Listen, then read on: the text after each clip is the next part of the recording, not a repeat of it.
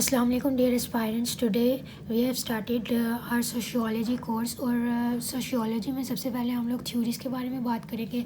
Theories हम सबसे पहले इसलिए कवर कर लेंगे सो दैट कि जब हम नेक्स्ट टॉपिक इसमें जनरल टॉपिक्स की तरफ आएँ तो हमें पता हो कि इस जनरल टॉपिक में कौन कौन सी हम थ्योरीज़ इम्प्लीमेंट कर सकते हैं। सोशियोलॉजी कंसीडर किया जाता है कि CSS की ऑप्शनल्स में सबसे ईजी या one of the easiest subject है। पर 2023 की CSS अटैम्प्ट में सोशियोलॉजी का पेपर बहुत ही एक्सक्लूसिव आया था and one of the most difficult paper in 2023 attempt was of sociology. वहाँ मोस्टली एस्पायरेंट्स का ये कहना था कि जो सोशियोलॉजी का पेपर था that was an exclusive paper. मतलब जो सिलेबस में बताया हुआ था उसमें से ऑलमोस्ट अगर आपने 4 सवाल अटैम्प्ट करने थे तो सिर्फ एक ही सवाल इस तरह का था कि जो पेपर में से आया सिलेबस में से आया होगा। बाकी mostly of your critical thinking था और critical thinking and the overall evaluation of aspirants about the sociology course. तो पेपर कुछ इस तरह से था। सो हम अपने इस कोर्स में ऑनलाइन लेक्चर्स में हम ये कोशिश करेंगे कि सोशियोलॉजी की बेसिक अंडरस्टैंडिंग्स ले लें सो दैट कि पेपर किसी तरह से भी आए हम एग्ज़ाम में जब बैठे हों तो हम उसको टैकल कर सकें अच्छे तरीके से so that we can ace our sociology course. So people let's start with the theories of sociology. सबसे पहले हम देखते हैं कि सोशियोलॉजिकल पर्सपेक्टिव्स क्या हैं। पर्सपेक्टिव्स किसको कहते हैं? How the sociologist see the society. Sociologist कैसे देखते हैं सोसाइटी को? Society is the product of what. Society किस तरह से बनी है, ये सोशियोलॉजिस्ट का सोसाइटी के बारे में क्या कहना है। Sociological perspectives are basically those. उसके अलावा देर आर 3 पर्सपेक्टिव्स, 3 तरह के पर्सपेक्टिव्स हैं सोशियोलॉजिस्ट के और उस 3 पर्सपेक्टिव्स के डिफरेंट प्रोपोनेंट्स हैं वो हम देख लेते हैं। सबसे पहले है structural functionalism. What is structural functionalism? Structural functionalism is social institutions are working in cooperation.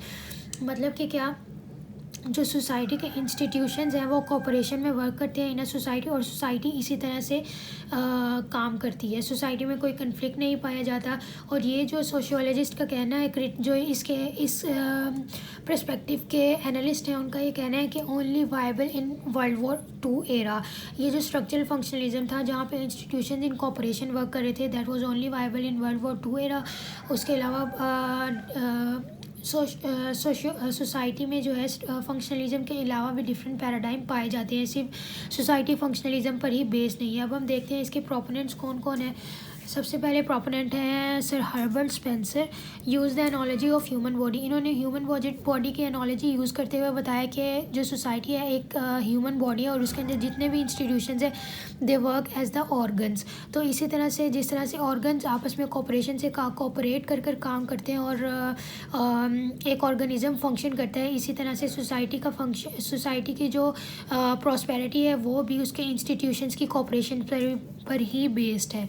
उसके बाद एमिले डर्कहाइम थे इसके प्रोपोनेंट। उन्होंने क्या कहा? Carry forward the idea of Spencer. इन्होंने भी स्पेंसर की बात को ही सपोर्ट किया। उसके अलावा जो तीसरे प्रोपोनेंट है that is Robert king Martin. Now the second sociological perspective is social conflict paradigm. Society is a continuous struggle or conflict over the scarce resources those are present. Social conflict paradigm क्या कहते हैं कि जो society की जो development है that is the result of the conflict और the struggle over the resources. जितने भी रिसोर्सेज पॉलिटिकल, इकोनॉमिकल और सोशल रिसोर्सेज जितने भी पाए जाते हैं दुनिया में, लोग उसके ऊपर स्ट्रगल करते हैं, उनको पाना चाहते हैं और उस स्ट्रगल के नतीजे में कन्फ्लिक्ट पैदा होता है और उस कन्फ्लिक्ट की बेस पर ही ये सोसाइटी बनी हुई है या कायम है। Social conflict paradigm has neglected the cooperation.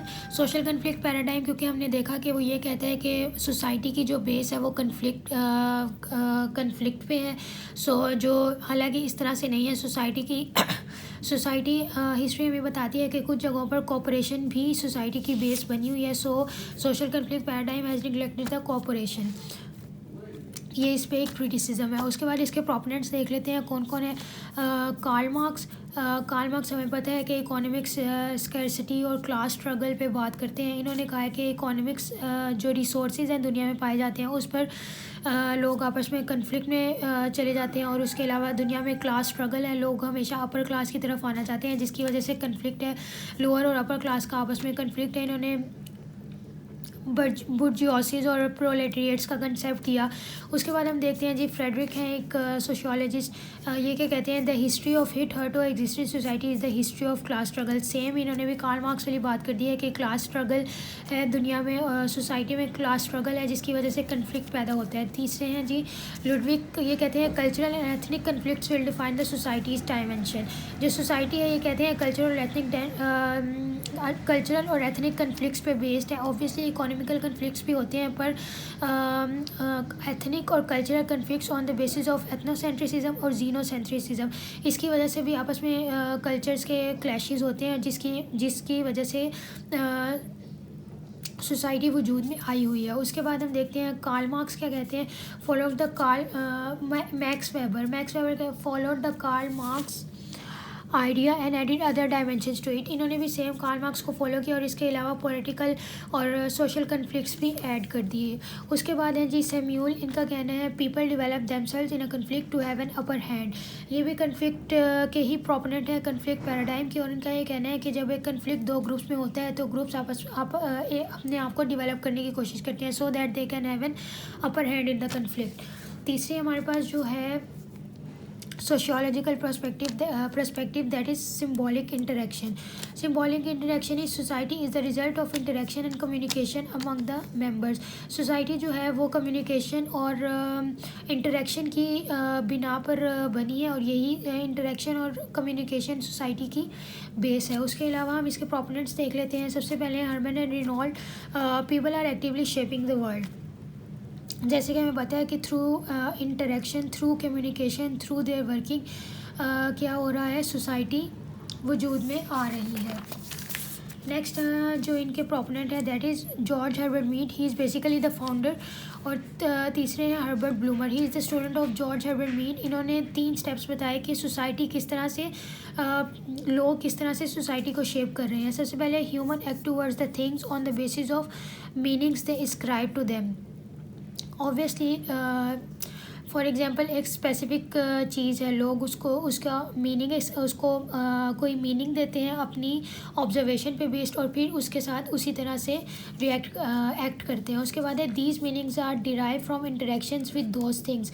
Obviously जब एक किसी चीज़ के साथ इंटरेक्शन होती है तो तभी हम उसका मीनिंग समझ पाते हैं और फिर हम उसको एक स्पेसिफिक मीनिंग देते हैं, फिर हम उसके बाद उस मीनिंग की बिना पर हम उसके साथ रिएक्ट करते हैं उस चीज़ के साथ। तीसरी बात है the modification in the meanings can be done through the process of interpretation। जो मीनिंग है दैट इज़ चेंजेबल। ये बात नहीं है कि जब एक दफ़ा कोई मीनिंग अस्क्राइब कर लिया जाए तो फिर उसको वो अल्टीमेट मीनिंग रह जाता है, नहीं, ऐसी बात नहीं है, बल्कि मॉडिफिकेशन हो सकती है through the process of interpretation. Different social changes और डिफरेंट आगे थिंकिंग प्रोसेस में चेंजेस आ सकती हैं जिसकी वजह से मीनिंग जो हमने पहले से अस्क्राइब किया हुआ था एक स्पेसिफिक चीज़ को, वो उस मीनिंग में मॉडिफिकेशन या चेंजिंग्स आ सकती हैं। सो सोशल पर्सपेक्टिव्स हमने कंप्लीट कर लिए हैं। Hopefully this will add value to your knowledge.